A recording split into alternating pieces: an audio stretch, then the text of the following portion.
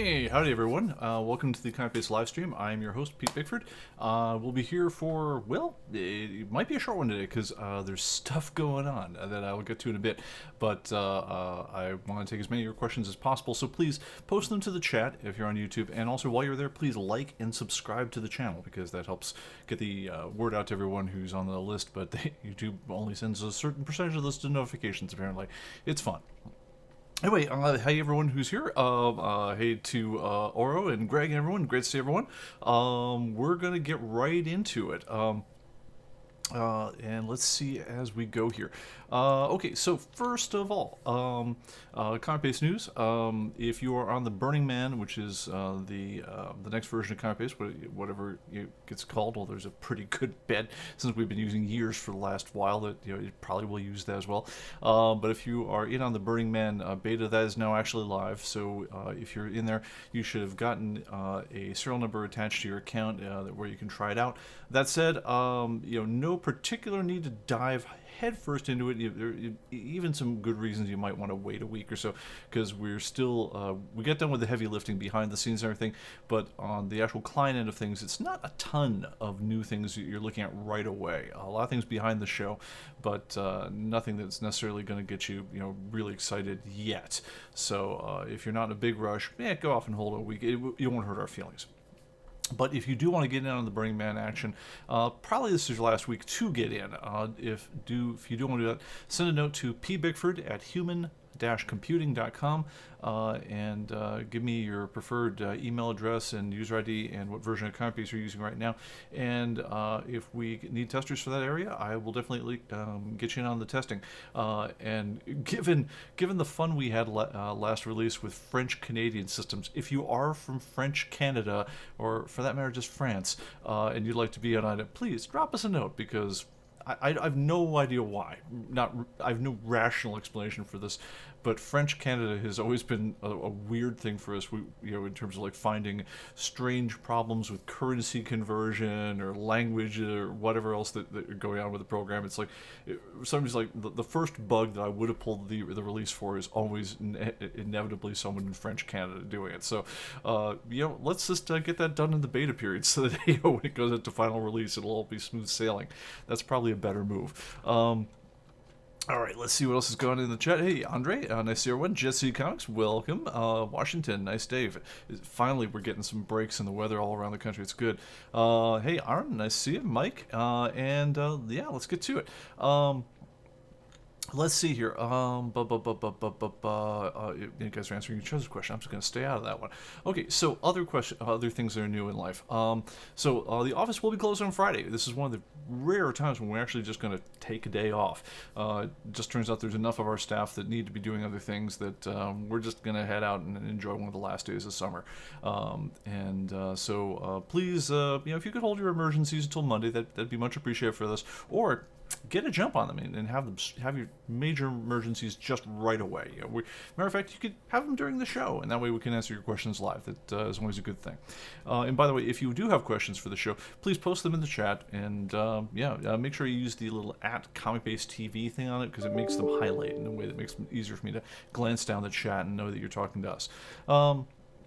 And then the thing that is the reason I'm going to be out of the office on Friday is I am unbelievably I'm going to become, well, at least optionally, Florida man. It's backstory, please. You guys probably knew that a while back I did some vacationing down in Florida, and I really love that place. Strangely enough, weather notwithstanding, when you're from California, you get spoiled on all things weather. In other words, if you have weather, we're like, I don't know if that's really for me. Whereas California, really basically everything's sunny and 70 pretty much whole darn year round. But unfortunately, that's one of the nicer things you can say about the state at the moment, which is why I'm no longer there. I'm down in Tennessee. Well, if anyone who grew up in a middle-class, Minnesota place, which is where that's my background in the 70s and 80s, the dream someday, if I save enough money, if I do enough work, if I shove enough coins under my bed, whatever the thing is. You always dream that someday I will have a cabin, and that's the place where you take your old sofa and the frying pan that someone burned something in a million years ago, and you haul all that stuff off to the place, and you go visit it a couple of weekends a year and have a lovely place. Well, I don't have a cabin because I live a million miles from water out here. But as it turns out, the closest big body of water for me is the the Atlantic Ocean. So basically 6 miles straight south of me is Florida. So I managed to actually get myself a little place. It's vaguely near the beach. You can walk to it at least, and we'll see how it goes. I've got my car loaded up with all sorts of hammers and and things to fix whatever the heck is wrong with this place, ladders and whatnot. And after the show, I'm gonna catch a few winks, and then I'm gonna go drive down and see what the heck I just bought.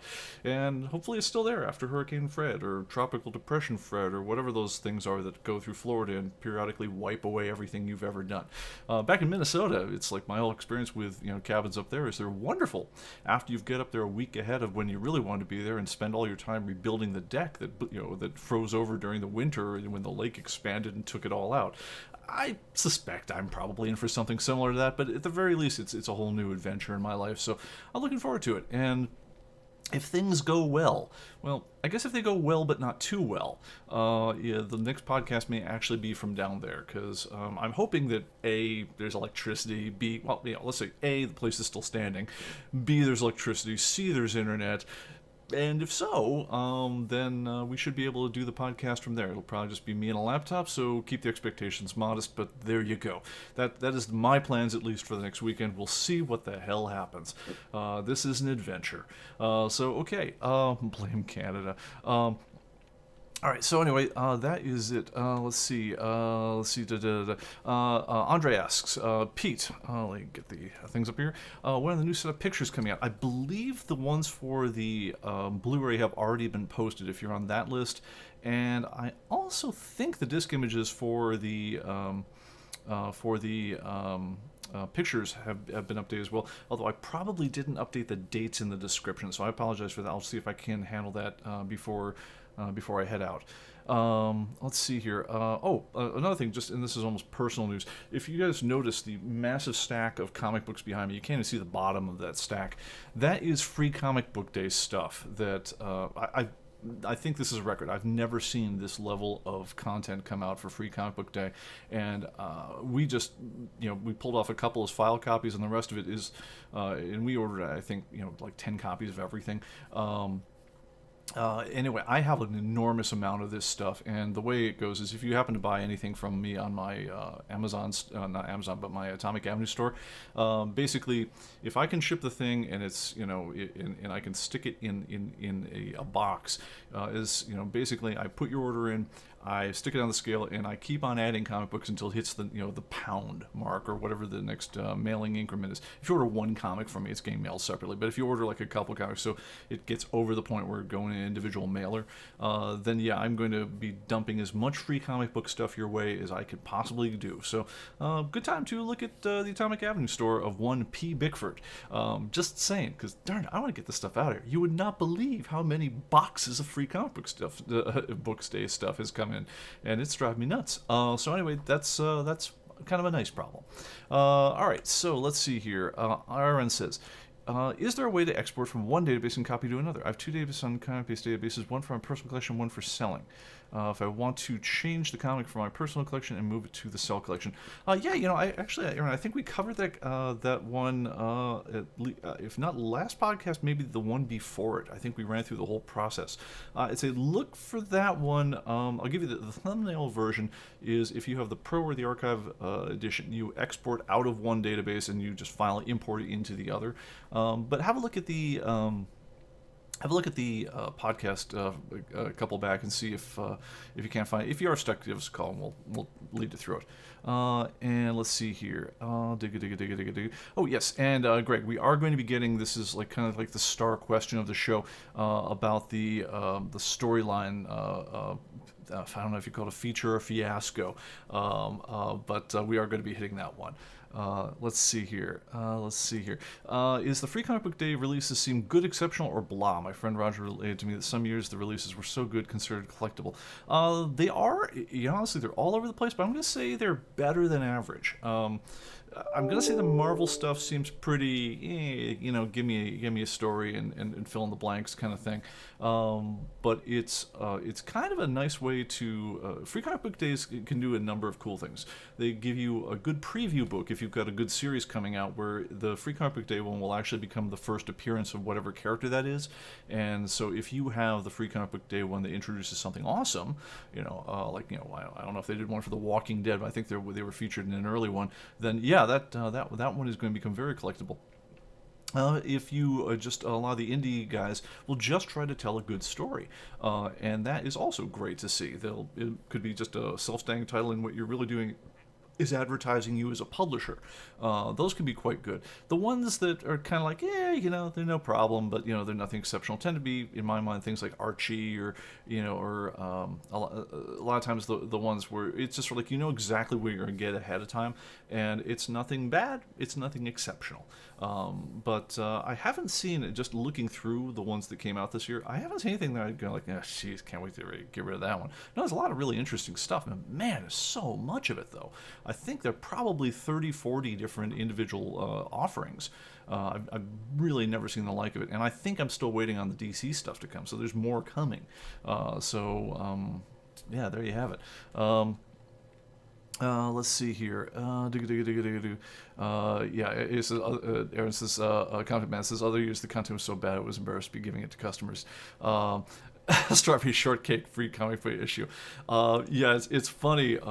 You mentioned Strawberry Shortcake because there's a well-known comics retailer out of I guess you call them the Upper West or something like that.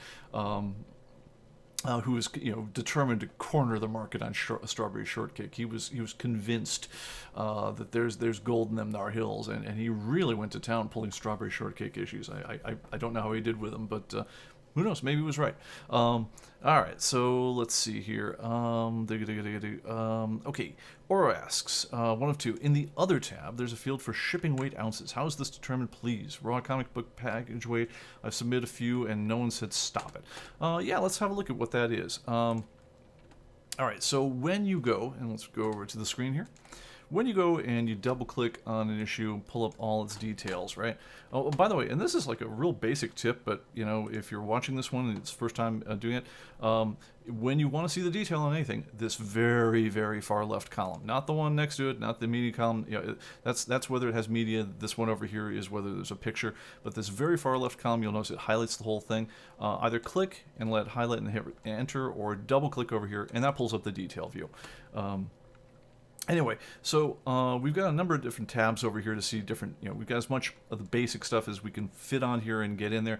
But then way over here in other is kind of cool stuff, a little obscure, but kind of neat to know and sometimes really crucial to know.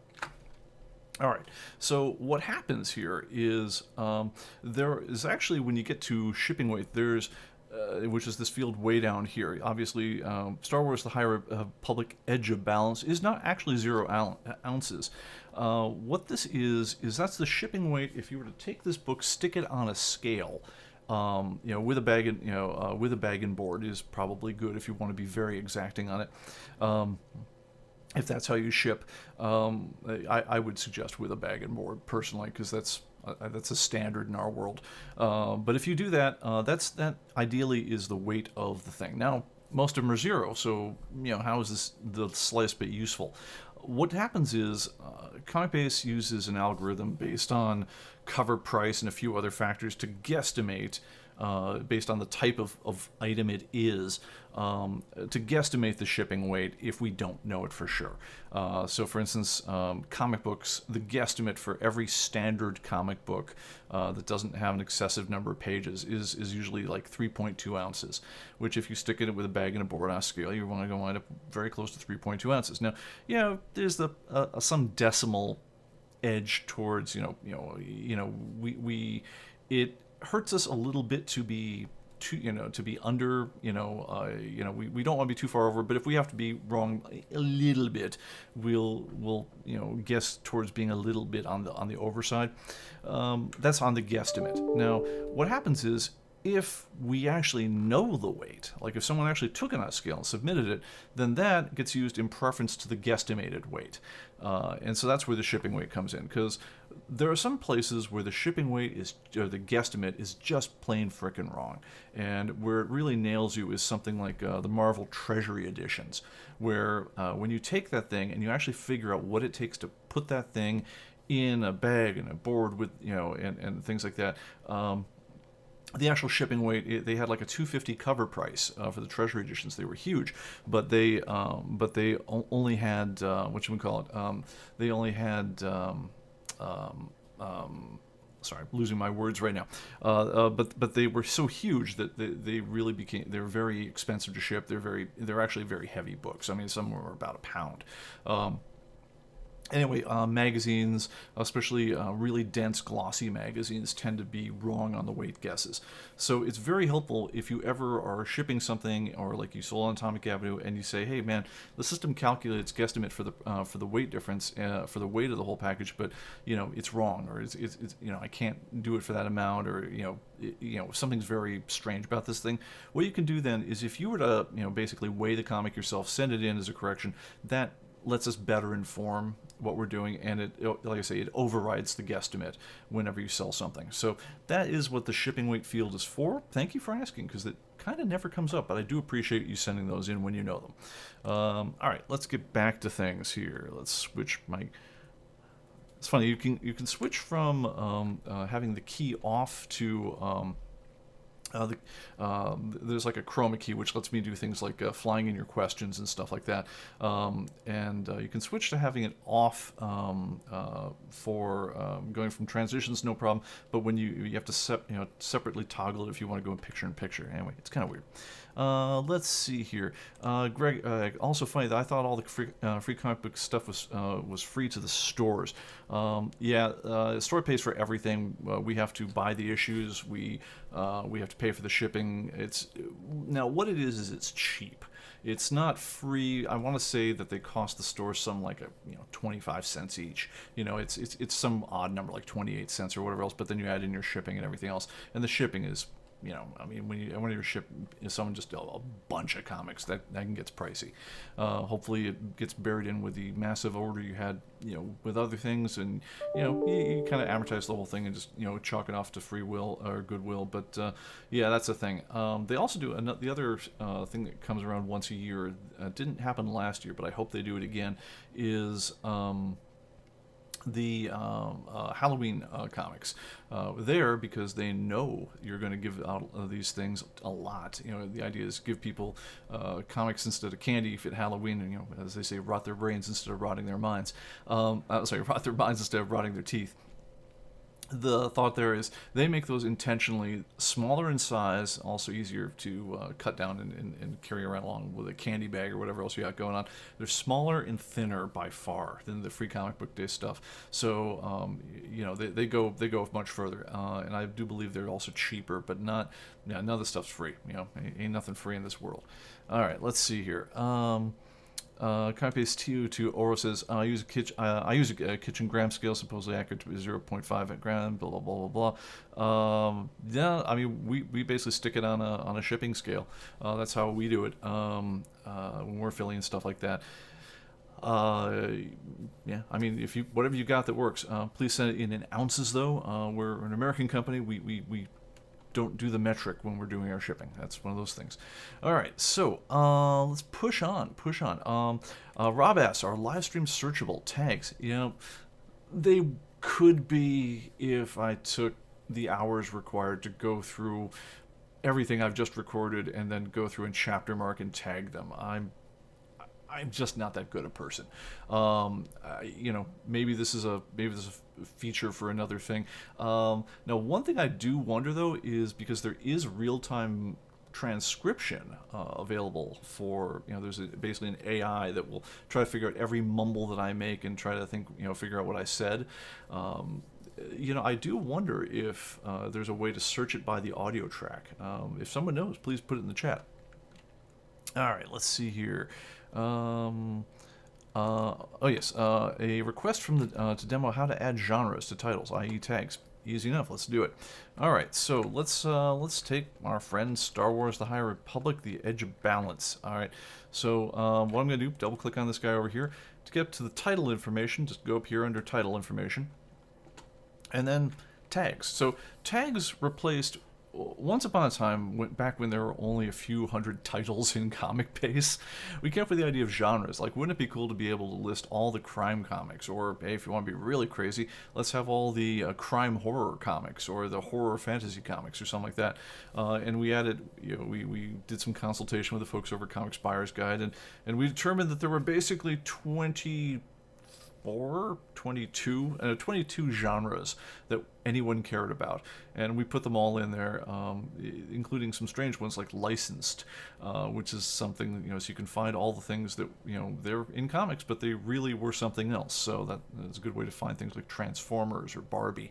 But anyway, ComicBase now has 60-some thousand titles in it. The genre of searches, just can't get you there. I mean, they're kind of vaguely interesting, but if you want a list of any of these genres, you'll find such a huge list that it's hard to know what to do with it. So we decided to do, moving forward is, kind of embrace more the internetiness of things and let you define your own tags. So, anything that was in the old versions of ComicBase automatically got tagged with a tag that was the same as its old genre name. So, all your Defenders comics all have the superhero tag checked, but you could add other ones as much as you like. So for instance, I could go ahead and tag Star Wars: The High Republic. An obvious one is I could tag it as Star Wars. I could put licensed. I could put manga. I could put Free Comic Book Day. Whatever you like. And as soon as you go ahead and do these this sort of thing, when you hit save and you go back to the main title, let me go ahead and save it right there as well. I go forward and back. So at that point, you're going to see all these tags just appear right up here as search terms, and you also can find find them by genres as well. So yeah, no, if you have and you can use the tags for anything you like. We kind of aggregate what are the popular tags, but you can have the tags be as individual as you like to you. Yeah, anyway, that's how you would do it. All right, let's see here. Greg's calling the drink call. All right, lemonade. Let's see, and lots of talk about drinks. I'm just going to scan down for anyone who says ComicBase TV. All right. Let's see. Is there a way to jump to the next issue in the Windows detail? So in other words, let's go to a title. Sorry, let me show this question on screen first for all the people who are not who are reading at home. The question was, if I'm in the edit, where are we at here? This guy right here. And I'm going to pick a title with more than one issue in it. So here's Star Wars: The High Republic Trail Shadows. Let's say I was editing number 1 here. Is there a way to go straight to the next one, 1A, 1B, etc.? The answer is sadly no. When you're in something like this, you get into a weird state. This is what's called a modal dialogue to all the geeks in the crowd, right? There's modalist dialogues, there's modal dialogues. Modalist dialogues are ones that kind of stay open, and you can kind of, flit different information with them. You can go off and do other things, and then come back to them as you wish. Modal dialogues are ones where, like, no, you're going to finish whatever you're doing here before you move on, Buster. That's kind of the rules of the game, and you're going to hit save, cancel, okay, whatever the thing is, and that's going to finish the one you did. Anyway, whatever I do here, if I try to click out, you see how it kind of flashes there for me? It's going to make me hit save or cancel before I move on. Now, the problem on that one is it gets hard to do batchy operations in a modal dialogue. Like, modal dialogues user test really well in general, because users get them. They get like, okay, you're gonna ask me to do the thing, I'm gonna tell you the thing, and I'm gonna hit a button and that does the thing, or I can hit cancel and it always gets me out. Users love that, especially the cancel for like, I don't know what I'm doing, just get me out of here. it's a really clear interaction. Mode-less dialogues, the ones where you've just got a window up and you know, a lot of times you can do cool things like drag to them or do things like that. You know, the people who get them love them a lot, but they tend to confuse regular folks. You tend to find a lot more user testing difficulties with them than you do with modal. But one way to really ensure that you kind of confuse the situation is when you add multi-step operations to a modal dialogue. So what I'm talking about there is if I said, okay, here's all the information for this guy, and it's bad enough that we've got essentially we've faked out tabs over here so you can get to this vast amount of information that we would like to let you be able to edit. But if I gave you buttons down here which said things like, you know, save and next, or, you know, back and next, and things like that, or worse yet, if I just gave you a forward and back, which then I'd have to prompt you separately, well, did you want to save your changes or not save your changes? It's kind of a recipe for disaster. So we used to step around it. There used to be a kind of a power user feature in the older versions of ComicBase where, and nobody knew this at all, but you know, there's like 3 people that we told it to, where you could highlight a bunch at once and then hit enter, and it would go through them each in turn until you hit cancel to something. If there's interest, we could bring that back. If you wanted to do detail entry on a bunch of stuff, because what we'd be doing there essentially is firing off a succession of modal dialogues at you until you said no more. It would let you batch up work though, so that's probably the way we'd approach it again if we wanted to do it. The downside is it's not particularly discoverable. A lot of people wouldn't know it existed unless we told them. Yeah, that's kind of where we're at. But you know, chime into the chat and let us know what you think on that. All right, let's see here. Okay, I think we are good. I think we're still talking about beer, so I'm just going to push on to the next one. Next thing on the agenda. Okay, so let's see here. But we covered the industry news. Yeah, so I want to talk a little bit about Steve Gerber. So why am I saying industry news? Because I don't want to talk about world news. The world news is just god awful right now, and you know, I think we come to these things largely to relax to the extent that we possibly can. I mean, it's, you know, there ought to be places where you're not just getting bombarded with doom and destruction, and honestly, you can get to a point also where you know, it's just you need an escape, but also just the whole thing can just get kind of absurd. And I was thinking about just the way I was feeling about everything this weekend. I thought, you know, God, you know, remember Howard the Duck? Wasn't that great? It was like, you know, it was just the you know, he was just the schlemiel of a character. He's kind of a, you know, he's kind of a curmudgeonly old goat of a guy. He's a duck. He got dragged by Steve Gerber into Adventures into Fear number 19, which was a wonderful series. Well, let's face it, it was a middling monster series for the most part. It was basically ripping off Swamp Thing. But from Marvel, because everyone, you know, the companies, you could go down the line of Marvel and DC characters and just say, okay, you know, Namor, you know, Flash is, you know, is the Wizard, you know, Namor is, you know, Aquaman, you know. So I mean, you know, you could just go side by side, and every character that had any kind of popularity would have an equivalent on the other side, pretty much, if not multiple characters. Anyway, so Man-Thing was basically, yeah, we're wandering through the bayou, Louisiana, or wherever we were. I think it was the Everglades in Florida for that episode. And Steve Gerber, who was a really interesting dude, well, he was a really interesting dude, decided he's going to bring a duck from another dimension along a time ribbon or some kind of crazy thing like that. And from the dimension where ducks wear you know, schlubby business, you know, workaday business suits and you know, and try to have beers on the couch and stuff like that, he got kidnapped and brought into some kind of adventure. I think it was drawn by Val Mayerick, with Swamp Thing. There might have been some sword and sorcery thing. I don't even remember anymore.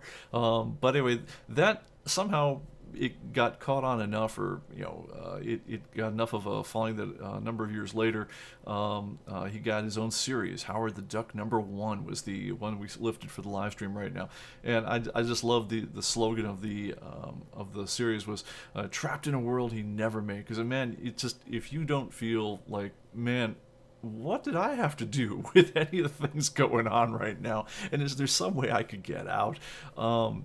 If you've never had that feeling, then you are blessed amongst us, my friends, because I had that feeling a lot this week, which is why it kind of makes sense that I'm running off to the not the woods, but the wilds of Florida for a little bit to fix up a place and see if I can make it into something I can use as my getaway.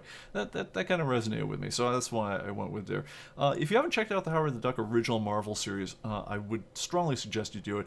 I do believe it was collected a couple different ways. I do believe also there was like an essential Howard the Duck, where if you don't mind reading it in color, I'm sorry, in black and white, you can get it for like $16-17. But if you can find it in color, it's even better. The art was terrific. Gene Colan did a lot of the run, and it was just great stuff. Wonderful, surreal, tongue-in-cheek stuff. It was panel by panel, the mode would switch between just absurdist humor, snarky weird stuff, superhero parodies. You didn't really, it was a little hard to follow from a tonal direction, but it was always interesting. Great characters, Dr. Bong, which was it was like some guy who was in a punk band or something like that, where like his arm got severed off by something, and he decided it was going to turn into a big bell or something, clapper or something like that. He wore a giant, the bong wasn't a stoner reference. It was, he wore like it was like a bell helmet for a head. Crazy stuff. I think probably my favorite scene in the entire series was one where Howard is on trial in front of some judge with a smiley face under the judge's wig and everything else, and he's being accused of being a curmudgeon, and he says, "Your Honor, my most damning piece of evidence, I hold it up before the court. Is this glass of water half empty or half full?" And it's great stuff if you like weird humor. Check it out. So anyway, that's my thing. So Steve Gerber, on the other hand, and unfortunately he died a number of years ago. I want to say 2008. Gonna say a heart condition. But I'm sure it can be looked up. His health had been dicey for a while. Steve had trouble hitting deadlines. A lot of people who are great writers, often are this way. As Neil Gaiman put it, he was giving a speech to graduates, I believe, gotta say a couple decades ago. But he gave one of the best pieces of advice that I ever heard, which is, guys, it's graduation. We try to give you good advice. Here's my good advice to you. You guys can go out in the world, and you only, there are three things that that anyone will look for when they hire you. They want you to be the very best person in your field. If you can manage that, great. They're looking for you to be very, very punctual, never ever miss a deadline. Or they're looking for you to be just a joy to work with. Just your smile on your face every time, wonderful attitude. You can always get it done. And the good news for all of you is that they will hire you if you have any two of those traits. You don't need all three, but if you can manage any two, like if you're a joy to work with and you never miss a deadline, you, my friend, will never go without work. If you're great in your field, let's say you miss deadlines, but you're also not bad to work with, you will never go without work. It's but pick any two, and you can make a living out of it. Steve Gerber, great at what he did. Unfortunately, he had a problem with deadlines, and I'm not sure how much of a joy he was to work with in the end, because after a number of issues, there's a lot of strife between him and the editors at Marvel. For a while, Howard the Duck had become a newspaper cartoon strip. It was actually just every day, and along with the 58 cartoon strips you got in the funnies, there was a Howard the Duck one there for a while. There was also a Spider-Man one. It moved at a snail's pace compared to anything you read in comic form, so I don't suggest going and finding these ones, and even if they've been collected somewhere and reading them, it's a different beast than comic books if you're used to comic books. But anyway, he was getting strips to these guys like just a few days before they were due to see publication, and as a result, the newspaper editors, a lot of them just dropped the strip because they couldn't edit it. They couldn't, look at it and say, yeah, this one works, or yeah, we're going to put it over here, or whatever else. People just don't enjoy that when they're putting out a product. So he had a real problem with deadlines. Eventually, that got canned. Apparently, they also had problems with the artists on the strip. One thing that was interesting at the time, though, is Marvel and DC were both they're called work for hire. Basically, you get paid a certain page rate to create a certain amount of work, and we're starting out. Maybe you got $50 a page, or even like a starting writer back in the day might earn $25 per script page to get something done. Matter of fact, if you're really an exploited artist, you might get paid $25 a page to draw it. And you earn a little more if you ink it, you earn a little more if you color it, and so forth. And so that's a lot of times, you could become a triple threat, try to earn more money, or sometimes if you're really good at inking and not really good at at other things, or really fast is really the thing, you could part out your work and make more money just doing little parts of it. Whatever worked for you to get a life together, making comics was always a good thing.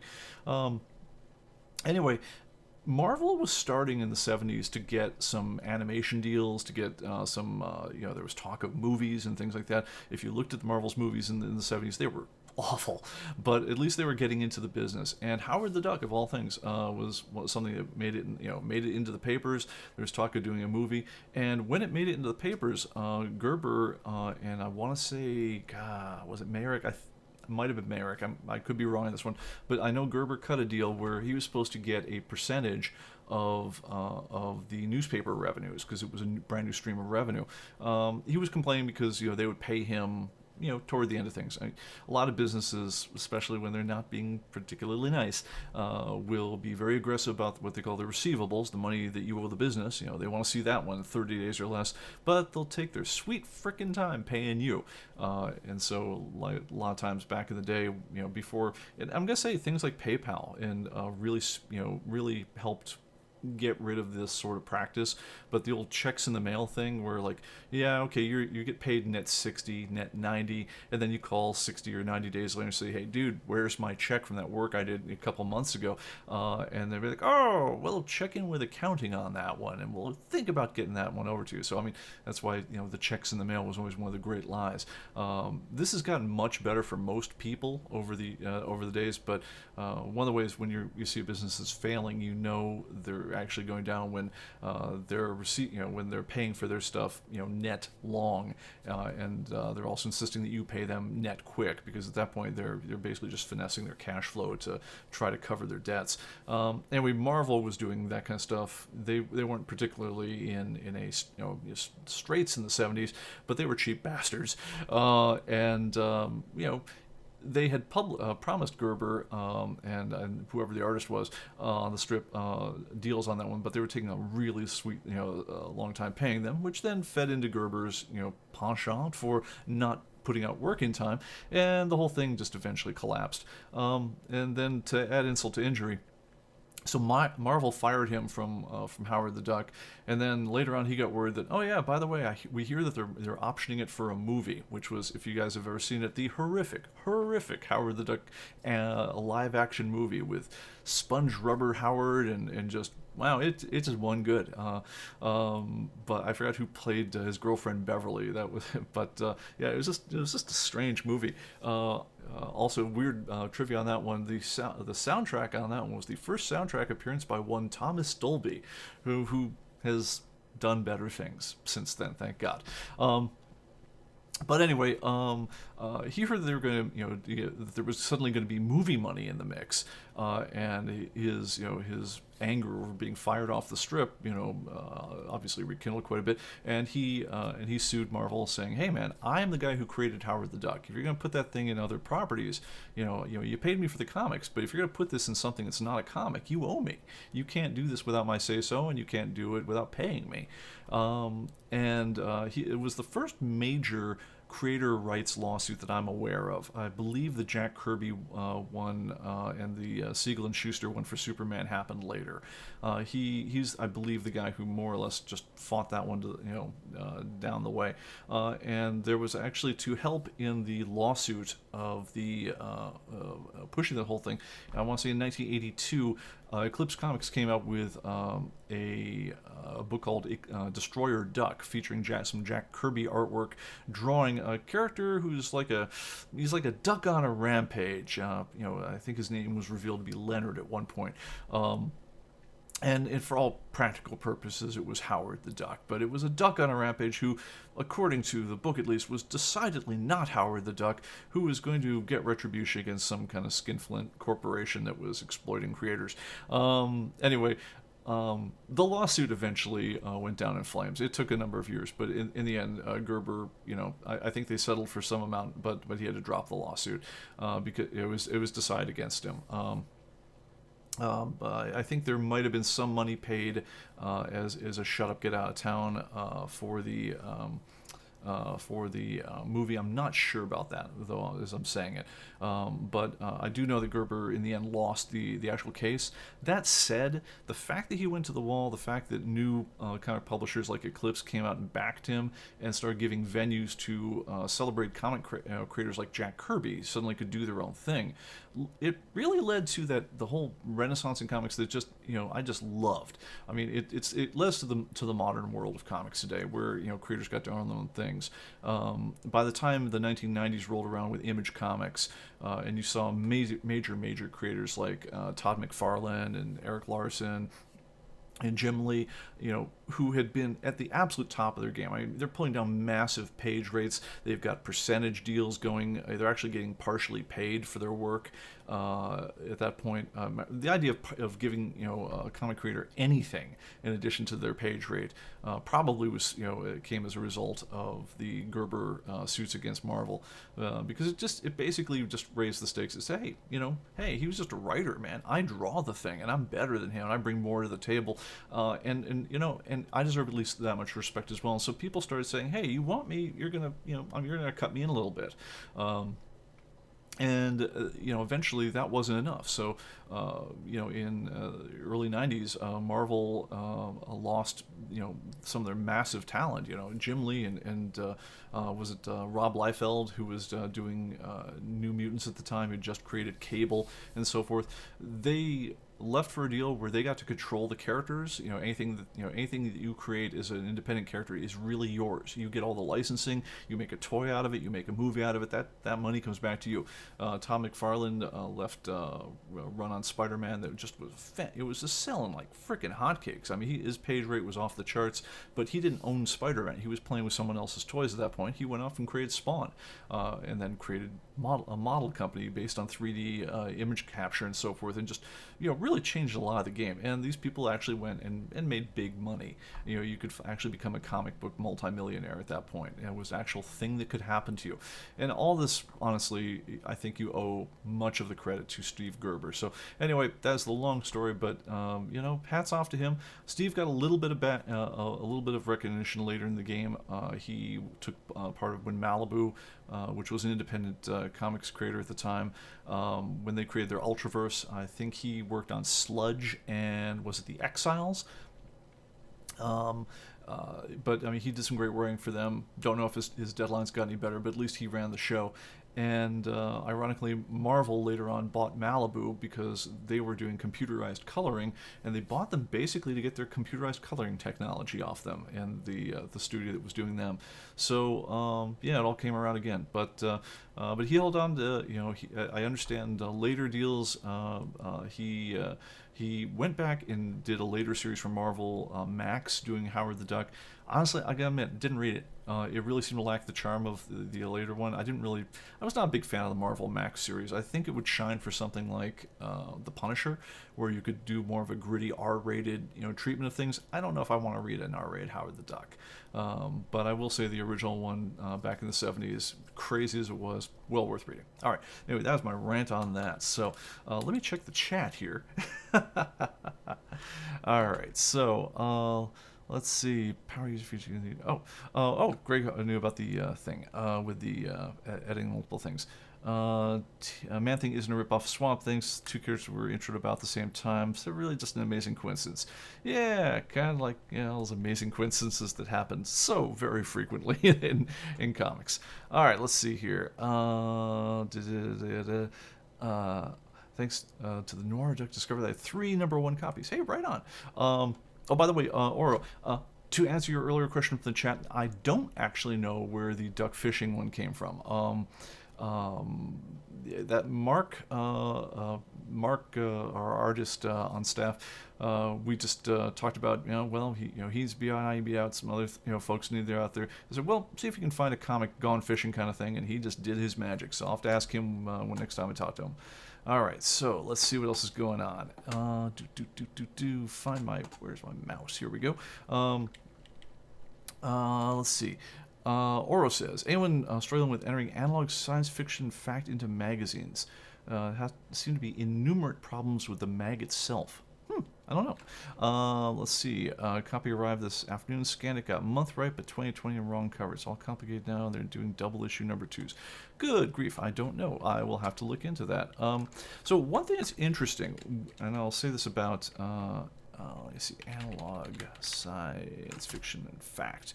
All right, let's have a look over at the screen over here. When we got into magazines, one big problem we had, and heavy metal brought this one to us in spades. So when we first started doing ComicBase, one of the when we were going around and asking for permission from the publishers to show their art, and if they could get any indexing information they had available from them and so forth, because we had to do all original work. We couldn't just open up an Overstreet and start typing, right? We had to do the work ourselves, otherwise it's not legal. But we actually went and said, what we'd love to do is we'd love to do an index of heavy metal. So we tracked down the owners of heavy metal, which actually was a bit of a project. And we reached out to them and we said, hey guys, we are a comic book database program. Yeah, what's a database? And yeah, you explain that. This was the early 90s. And they said, oh, well, we have these floppy disks which have our full issue index on them. And so they need to find a computer that still had a floppy disk, and then they sent us the text files from the floppy disks that had their index. And that was what, if you had ComicBase 1.0 or 2.0 or whatever, probably 1.2 was probably about where we got heavy metal added. We had drawn the information straight from their index that they had, only to find out a couple years later that they hadn't entered a bunch of their own issues. And because we had gone, we were following comic book numbering, and they were just sticking magazines out from time to time. We had to assign numbers to every comic book regardless of what it had on before. Now, the style in comic books is very much, it's just number 1, 2, 3, 4, 5, 6, 7, 8, 9, 10, 11, 12, etc. Except in the early days of comic books, sometimes you didn't follow that. You didn't know, comics were new. Are these like magazines or like novels? What the hell are they? And so sometimes people would be just crazy. And if you look at some of the early like crime comic books, they would say they would number them like, okay, this is I don't know, crime, mystery detective, whatever thing, and it would be like volume 1, 2, 3, 4, 5, 6, 7, 8, 9, 10, 11, 12, and the next year it'd be Volume 2, number 1, 2, 3, 4, 5, 6, 7, 8, 11, 12, and they'd repeat this 87 times, or as long as the thing ran. Now, if it is legitimately a brand new series, I don't have a problem saying Volume 1, Volume 2, but if you're just using the volumes to count years, that was ridiculous. So what our practice would be is we would unwrap the Volume 1, 2, 3, 4, 5, 6, 7, 8, 9, 10 into, well, this is really issue number 47 of the overall series. And usually, a lot of times you'd find out that later on Charlton was infamous for this, is they'd start out with kind of a volume numbery kind of thing, and then they'd figure out that everyone else was numbering their things consecutively, and then they'd start switching into a consecutive number kind of system. And we were kind of struggling to try to fit that stuff in. Heavy metal was one of the worst offenders on this. But armed with their index in hand, we felt very confident going ahead and saying, all right, well, volume 3, number 7 of this magazine, which comes out 6, 5, 7, 11, 9, 12 times a year, depending on how their sales are going and whatever they're smoking at the time. We figured we'd crack the code, and we would just put the the volume number and issue in the notes, and we would go ahead and put the consecutive number. When we found out later on that there were two number 122s or something because they'd forgotten one, and suddenly we had to insert an issue in between two numbers. Like, you couldn't have 121 and a half. I mean, that was crazy.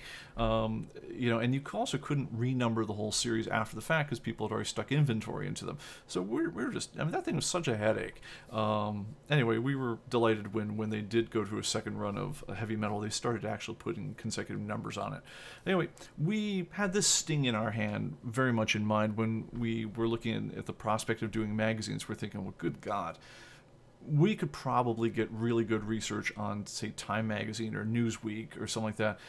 But God, what if we miss one? Or what if we have to, worse yet, insert one in the middle? This will be insane. We can't possibly do this way. We'll make everyone nuts.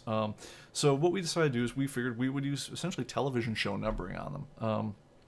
Where, season 5, episode 2 of The Big Bang, if you ever see it, someone's downloaded a copy and is passing it around or something, it's always S5E02, or just say 502, 503 would be season 5, episode 3. We figured we're just going to do episode style numbering for magazines as well. And so that's why when we start out, and we didn't obviously have a full index of analog science fiction, science fact, somebody contributed this to us. But the style on this one is 9103. It doesn't mean that this is the 9,103rd issue. It just means there were 91 volumes of it. This is issue number 3. And that way, if later on you get access to, volume 54 or issue 7, you can add that as 5407, and you at least know what you're going to call it. Now, we tend to spell it out a little bit more in the notes to say what we really mean by this 9103, just in case you hadn't caught the pattern. But that's very much how we decided to go forward with doing magazines, because I think otherwise the other route lies madness. Anyway, that's all I want to say about that. So let's have a look over this. Greg says, by the way, Steve Gerber's lawsuit against Marvel was funded in part by the sales of the issues of Destroyer Duck, which I thought was actually really cool. It was also one of the first times you saw really just creators just kind of helping out one of their own. I really do think it was the start of what we now think of as the sorry, I lose my mind here. I'm trying to switch the chroma keys as I'm talking here. This really was the start of what we think of as creator control of comics, and honestly, I think it made for much better comics. So I'm glad to have seen that. Yes, Aaliyah Thompson. Oh yes, back for this. She was Beverly. Yeah, I remember that now. Thank you very much. And let's see, Tim Robbins was in it too. I forgot all about that. Good God. All right, let's see what else we got going on, and then we have also talk about Leah. All right, let's see. Andre says, can you show me where is the date for the ComicBase 4K picture covers? I don't see any date. So typically, when you download stuff, we will have a date that was uploaded. I'm not sure.